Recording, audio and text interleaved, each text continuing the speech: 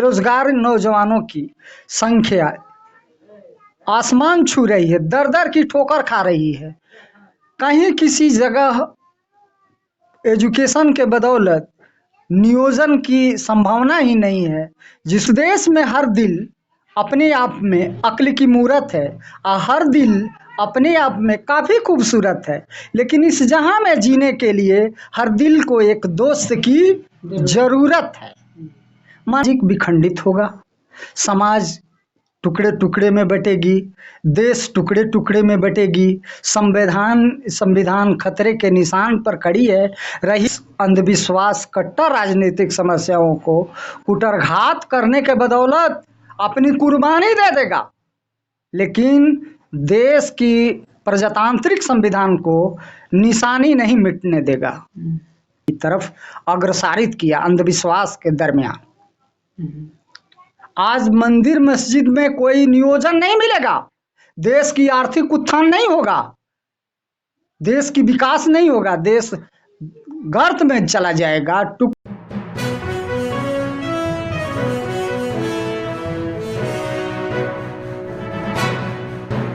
नमस्कार साथियों, मैं रजनीश भारती। आप देखना शुरू कर दिए महानायक टीवी न्यूज। साथियों, हमारे साथ में एक ऐसे शख्स बैठे हुए हैं जो पूरा सारण जिला में हमेशा घूमते रहते हैं और जहाँ भी कोई त्रुटि दिखता है तो वहाँ पर अपना टिक्का टिप्पणी करते हैं, तो इनसे कुछ जानने की कोशिश करते हैं। क्या नाम पड़ेगा आपका? मेरा नाम जौहर जमील उल्फ सारण सौरव, ग्राम पोस्ट घोरहट, थाना माझी, जिला छपरा, सारण, बिहार। मैं सारण श्रमिक जिला जदयू का प्रदेश प्रकोष्ठ अध्यक्ष हूँ। मान लीजिए कि आप एक जिम्मेदार नागरिक होने, जैसे कि मान लीजिए कभी हमारा जो भारत सरकार जो है बेरोजगारी को देख लीजिए, महंगाई को देख लीजिए, इस पर आप क्या सुझाव देना चाहिएगा आप? मैं भारत सरकार के समक्ष माननीय प्रधानमंत्री से कहना है जो 2014 से आज तक देश में आर्थिक अपराध, शिक्षा, गरीबी, बेरोजगारी, भूखमरी, भ्रष्टाचार तथा जटिल जातीय एवं धार्मिक अंधविश्वास कट्टर राजनीतिक समस्याएं आसमान छू रही है, जिसका समाधान देश के वर्तमान संपत्ति, समाज एवं संविधान अंतर्निहित आय, आवास, आबादी, आरक्षण, एजुकेशन, व्यवसाय तथा भूमि मूल्यांकन की मात्र 1% वार्षिक पंजीयन शुल्क में देश के तमाम उपरोक्त जटिल समस्याओं को 100 दिन में गारंटी के साथ समाधान संदर्भ में एक प्रोजेक्ट फर्मा प्रावधान वर्तमान है, बशर्ते कि सरकार इस कार्य के लिए संवैधानिक सदन में इस प्रस्ताव को रखने के लिए मंजूर करे। जैसे आज बेरोजगार नौजवानों की संख्या आसमान छू रही है, दर दर की ठोकर खा रही है। कहीं किसी जगह एजुकेशन के बदौलत नियोजन की संभावना ही नहीं है, जिसको देखते हुए मैं आज माननीय प्रधानमंत्री से निवेदन एवं प्रार्थना करता हूं जो देश के उपरोक्त तमाम समस्याओं को 100 दिन में गारंटी के साथ समाधान संदर्भ में अपनी विचार व्यक्त करें। लेकिन देखिए, यहीं पर देखा जाए, जब कहीं न कहीं माननीय प्रधानमंत्री जी जब सत्ता में आए थे तो बोले थे कि हम प्रत्येक साल 2 करोड़ युवाओं को नौकरी देंगे। जी क्या कहिएगा इस पर आप? प्रधानमंत्री जी ने समाज को दिग्भ्रमित किए, समाज को आशा में, अंधकार में ढकेल दिए। जो 2 करोड़ प्रति साल देने वाली बात थी, आज अगर प्रधानमंत्री चाहें तो सरकार प्रति साल 5 करोड़ लोगों को नियोजन दे करके 50 लाख करोड़ प्रति वर्ष इन्वेस्टमेंट देश को वार्षिक लाभांश दे सकते हैं, बशर्ते केवल तकनीक की जरूरत है।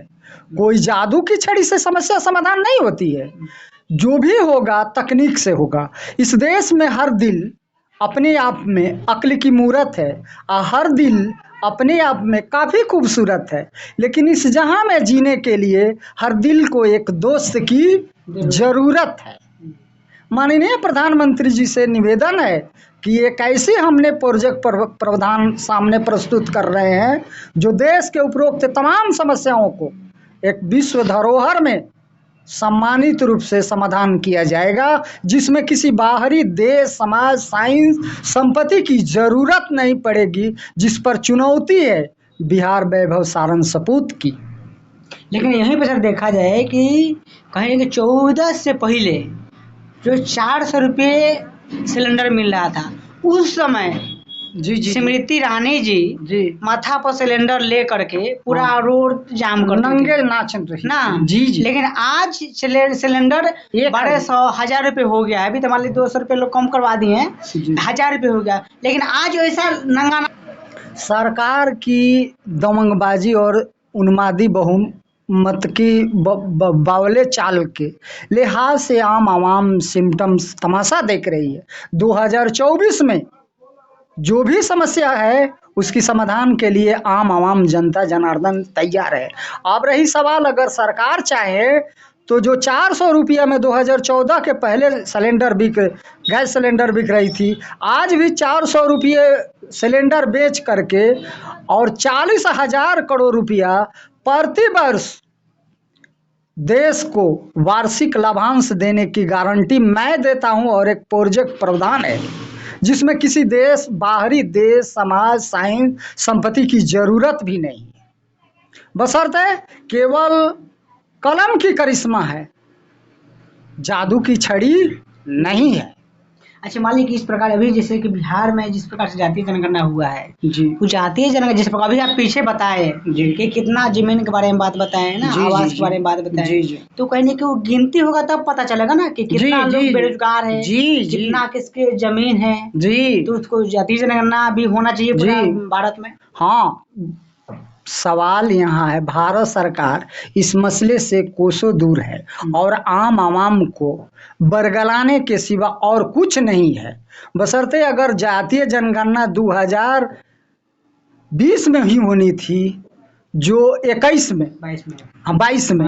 21 से शुरू हो 22 में होनी थी, वो आज तक नहीं हुई। इसका मुख्य कारण है जे तमाम आवाम के लोग जागृत हो जाएंगे, जो कितने लोग शिक्षित हैं, कितने लोग बेरोजगार हैं, कितने लोग आवास विहीन है, कितने लोग भूमिहीन है, इसकी जानकारी होगा। इसके भागीदारी सरकार के ऊपर जिम्मेवारी है। संवैधानिक प्रक्रिया में हर इंसान को इस जहान में जीने के लिए अधिकार है। संवैधानिक प्रक्रिया में जो सामाजिक, आर्थिक, राजनीतिक, शैक्षणिक तमाम अधिकार है, जिसे वंचित करने के लहजे में भारत सरकार ने जातीय जनगणना कराने से कोसों दूर भागी और आज तक भी करने के लिए तयशुदा भी नहीं कोई तिथि निर्गत किया।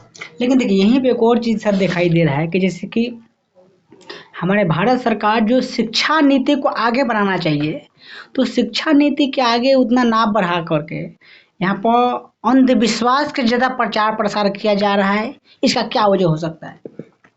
इससे सामाजिक विखंडित होगा, समाज टुकड़े टुकड़े में बटेगी, देश टुकड़े टुकड़े में बटेगी, संविधान खतरे के निशान पर खड़ी है।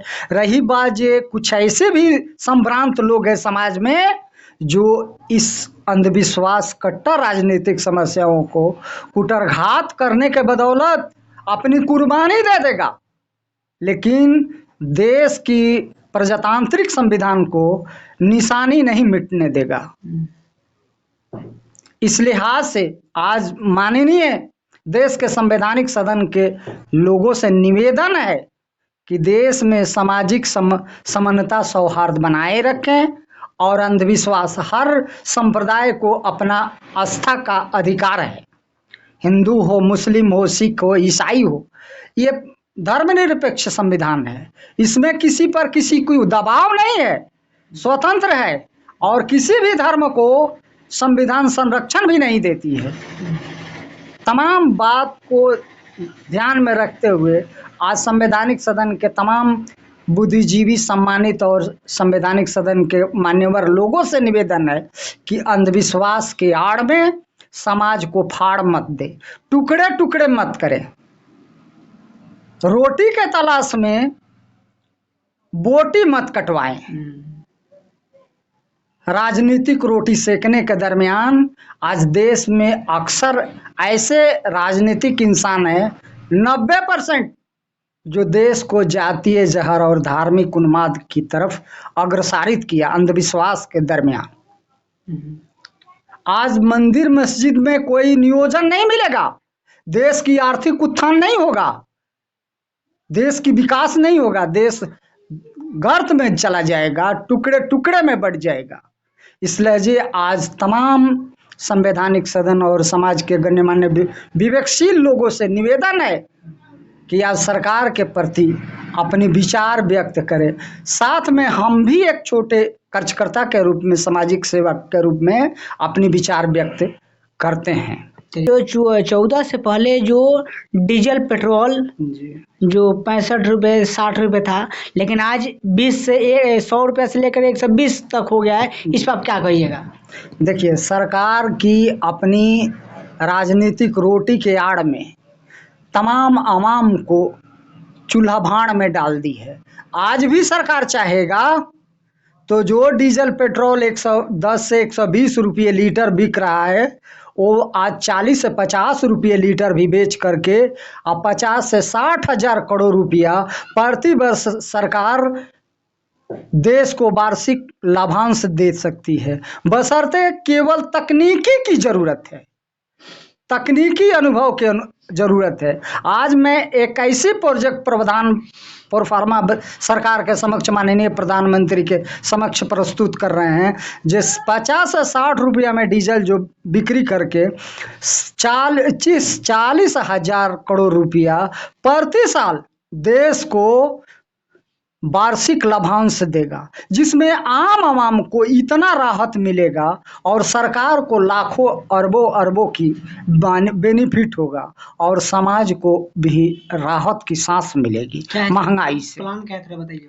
प्लान यह है जो देश में जैसे ईंधन स्वचालित साधन है, उसको मात्र 1% वार्षिक पंजीयन शुल्क में ये समस्या को समाधान किया जा सकता है। कैसे? जैसे अब इस भारत में कितने ईंधन स्वचालित चीज है, मोटर है, कंपनी की जनरेटर है, कार है, वाहन भाड़ वाहन साधन है, तमाम चीज़ों की पंजीयन। ऐसी बात नहीं है जो सरकार पंजीयन नहीं की है, लेकिन सिस्टम को लागू करने के लिए, मूल्यांकन को बाजार में कंट्रोल करने के लिए एक सिम्टम बनाया गया है, जो केवल उसको वार्षिक पंजीयन शुल्क, जैसे मूल्यांकन एक मोटरसाइकिल की कीमत 1 लाख रुपया है, उसकी वार्षिक पंजीयन मान लेते हैं जो कम से कम 1000 रुपया होना, 1% के हिसाब से 1000 होना चाहिए। उसी एवरेज से तमाम चीज़ों की पंजीयन अगर हो जाएगा तो सरकार को प्रति वर्ष 40 से 50 हजार करोड़ प्रति वर्ष वार्षिक लाभांश मिलेगा, प्लस में आम आवाम को राहत की सांस मिलेगी और विश्व में एक ऐतिहासिक धमाका होगा। बिल्कुल। चलिए, बहुत बहुत धन्यवाद। तो साथी देखिए, मैंने सर से तमाम मुद्दे पर मैंने बात विचार किया, अपना सुझाव दिए। सर का सुझाव आप लोगों को कैसा लगा, इस पर अपना कमेंट करके अपना प्रतिक्रिया बताइए। वीडियो फेसबुक पेज पर देख रहे हैं, पेज को फॉलो कीजिए। यूट्यूब चैनल पर देख रहे हैं तो चैनल को सब्सक्राइब कीजिए। मैं रजनीश भारती, जय भीम, जय भारत।